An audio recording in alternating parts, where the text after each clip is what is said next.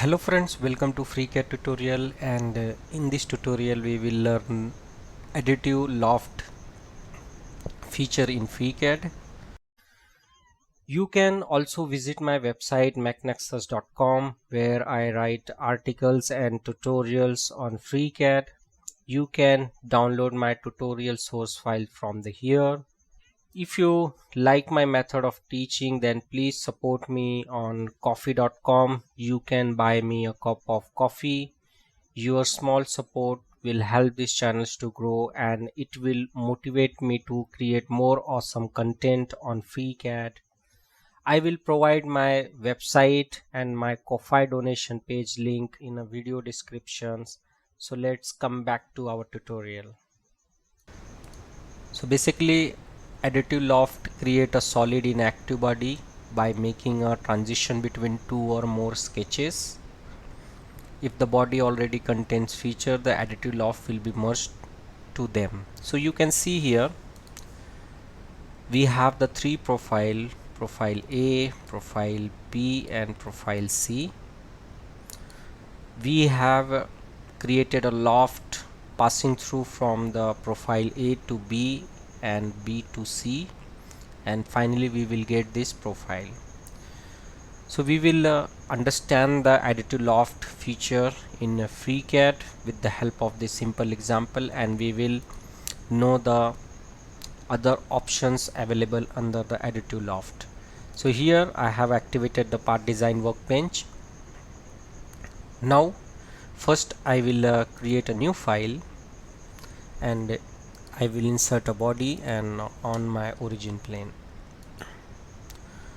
So here on all this plane we will first select the XY plane and click on the sketch. We will go to the model tab and of the origin planes. Now here we will create a very simple rectangle of dimension 30 by 40. Before making it, we will click on the symmetricity symbol, select these 2 points and the origin points to make it symmetric. Now we will give the dimensions. The horizontal dimension I require 40 and vertical dimensions I require 30, and I will move my dimension. Now I will close this and I will switch here to the isometric and I will activate my body. So you can see that we have created our first profile. Now we will on the origin plane. Now we will create a plane with an angle. So I will select isometric view and I will select this top plane, which is a XY plane, and click on create a datum plane, and from I will switch to the front view and I will see my UCS. UCS is a Z directions. So here on the Z directions I will give the plane distance 50. So you can see that plane has been created, but I want with an angle. I will give the angle to the 10 degree. Now here is a y-axis, so I wanted to give the angle of a 10 degree. So let's see how it would be. So this is the plane, and here is our y-axis, which is normal to the screen. Now we will give the 10 degree angle in these directions. So for this we will go to the y-axis and give the 10 degree. So you can see that this plane has been tilted, or I can increase it to the 15 degree. Let's see. Okay, so this is the plane we have created, and now we will say the OK. Now I will switch to the isometric view. So we have the plane. Now we will off the origin plane and select this plane and create a sketch. And now we will create our second profile. Second profile will be a slot, so I will click here the slot and create one slot. And now center to center distance I will give the 15 mm. Now I move my dimensions, and radius I will give 5 mm. So this is the second profile we have created. And now I will off this datum plane. Now I will again on my origin plane and I expand it. I will off this plane, and visible my YZ plane. Now we will select this plane and click on the datum plane, and now we will create the plane with a offset distance. We will give the distance 50 mm, so we will see our UCS in X direction, so it is a normal. So let's go to the Z and give the 50 mm. Yes. Now I will click on OK. So we have the our third plane, which is a offset with a YZ plane. Now I will off the YZ plane and off all the axis.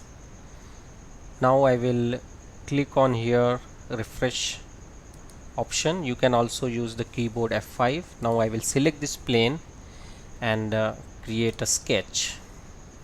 Now here I will create a circle, and I will give the vertical dimension, let's see 75 mm, and I will give the diameter of let's see, I give the 15 mm, or I will increase it to the 20. Now I will close it. Now I will also off my second datum plane by pressing the space bar key on my keyboard. So we have the three profile. So we can see that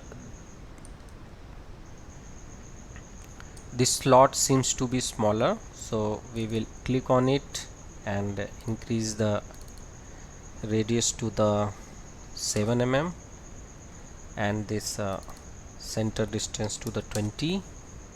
I will close it, and I will also increase this circle diameter to say 35 or 30.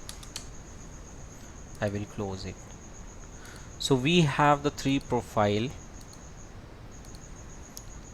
as per this, and now we will understand the loft tool. So we will click on here Additive loft. So here we have the three profile. So I will click on my first sketch, which is the base one, so it will be your starting profile, and click on OK. Now here is an object, is a sketch, and here is the add section option. So second sketch I will add this one, so you can see that our loft has been created. Now again I click on add sections and click on this circle, so you can see that loft has been created, which is passing from first profile to second and second to third, and click on OK. So you can see that loft is created. But if you want to change it, then we can easily change it. If we can press the space bar and on our sketch to see exactly how it is passing through from the profile. Now let's see, this bottom one seems to be bigger, so I will click on it and I will make it 30, and this one I will make it 25 and click on OK. So you can see that it is fully parametric. Once I modify my sketch, my shape got modified, and I will also reduce this center distance to the 15 mm and I close it. So you can see that it has been modified. You can also change the position of your datum plane. For example, here if I change my distance from 15 to 60 and I say OK, so you can see that it has been changed. Now I click on refresh, and if I on my this plane and I wanted to change the angle, so here is the angle is a 15 degree. I will switch to the front view. Let's make it 25 and say OK. So you can see that how my profile got changed. Click on update. So you can see that my sketch is updated here. So this is how you can create additive loft tool in FreeCAD, and this tool is very helpful in modeling of if you are modeling a crane hook which has the unequal sections. So this additive loft tool is very useful. You can add multiple sections you want, and you can control the profile with the help of adding the multiple sections, and it depends upon your part profile. So this is all about how to use the additive loft feature in FreeCAD. I hope you have liked this tutorial. Thank you for watching, and thank you for your valuable time.